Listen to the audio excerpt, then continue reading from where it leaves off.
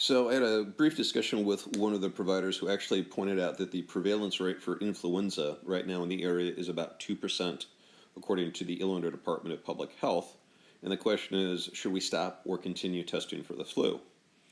And the answer is, I don't actually know. This is your choice. After having watched these series of videos, why don't we have a discussion about whether or not we should continue testing? So this is going to be a brief series of videos, and all we're going to talk about is false negatives. We're not really going to talk about sensitivity. We're not going to talk about specificity. We're not going to talk about false positives. In regards to influenza, if you think about it, the only thing we really care about is a false negative. And the reason is if we test somebody, let's say a child under the age of 9 who spent time in the NICU and who's bronchopulmonary dysplasia, and that child actually has the flu, but we test them and it's negative, it's a false negative, and that child can end up being hurt. So in regards to influenza, really all we're concerned about right now is false negatives. So let's start.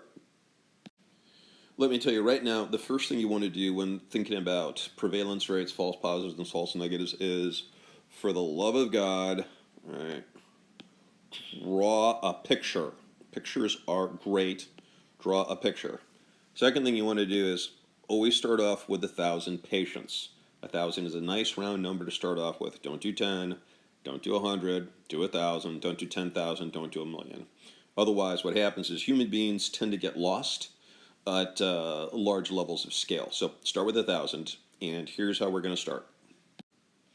The first thing we're going to do is put 1,000 patients into this circle. All right, here is going to be our 1,000 patients. Please assume they're evenly distributed, even though they're not going to be, because I'm not going to print out 1,000 little dots, but you get the general idea.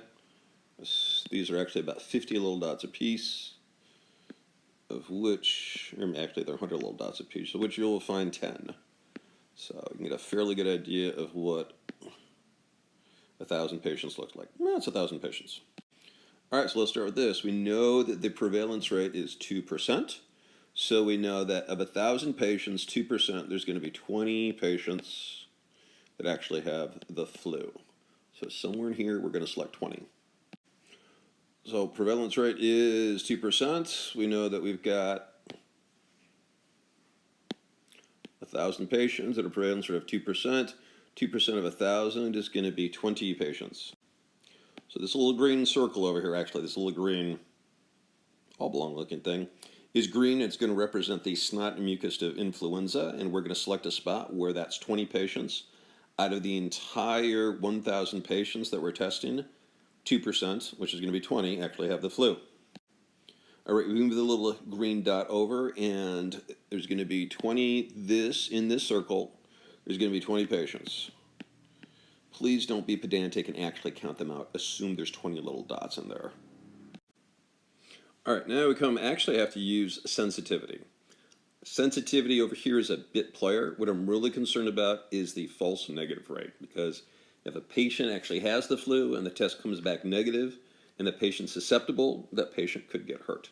So to just do a brief recap, prevalence rate is 2%, 1,000 patients times 2%.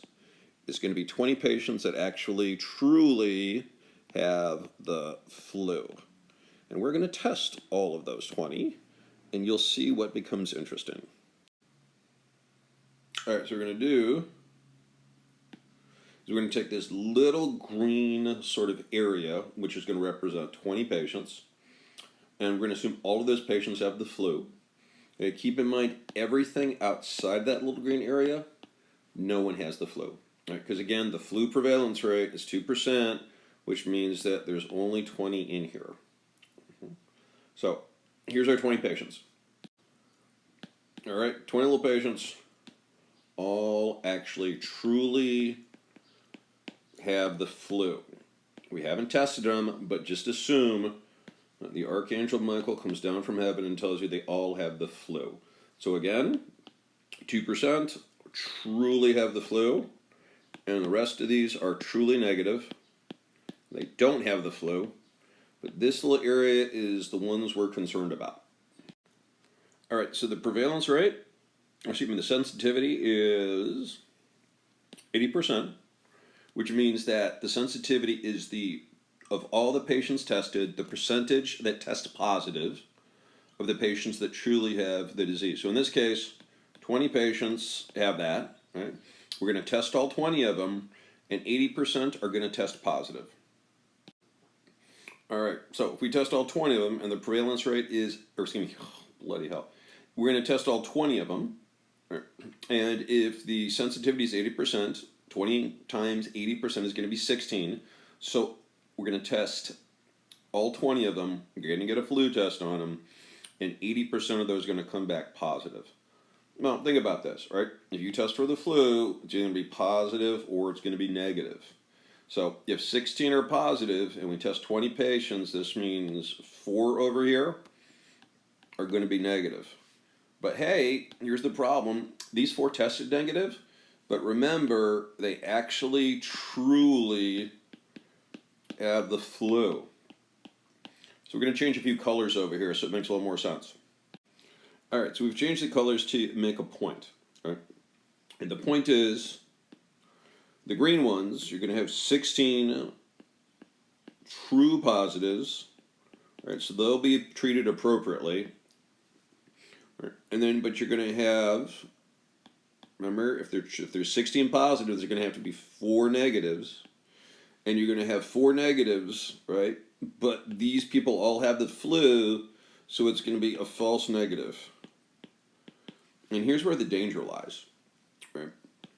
These false negatives, the question is, those false negatives need to reflect back to the population being tested, right? So if this population being tested, and again, it's got to be the one that's being tested, if you are testing, I don't know, like 1,000 people that just ran the Illinois Christie Marathon, right? You know what? If they have the flu, who cares? They're going to be fine. Okay. On the other hand, if these people you're testing over here actually are children under the age of 1 year who were NICU players and have a history of bronchopulmonary dysplasia, well, now these 4 false negatives might become an issue. All right, so finally, I'd just like to put just one little piece of perspective in here. This is a little red dot, and if we put this in the right spot, how am I going to call it? This, whatever, there we go, all right? That area over there, there's 4 little dots in there. I just want to give you a graphic representation of what a false negative rate of 2% looks like. It's actually pretty small over here, but it can be significant based on the population being tested.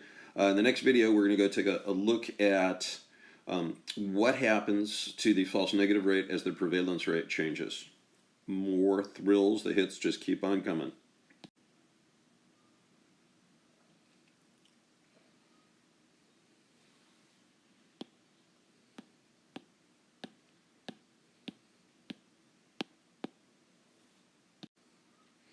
Note the correction. I said the false negative rate is 2%. I was wrong. The prevalence rate is 2%.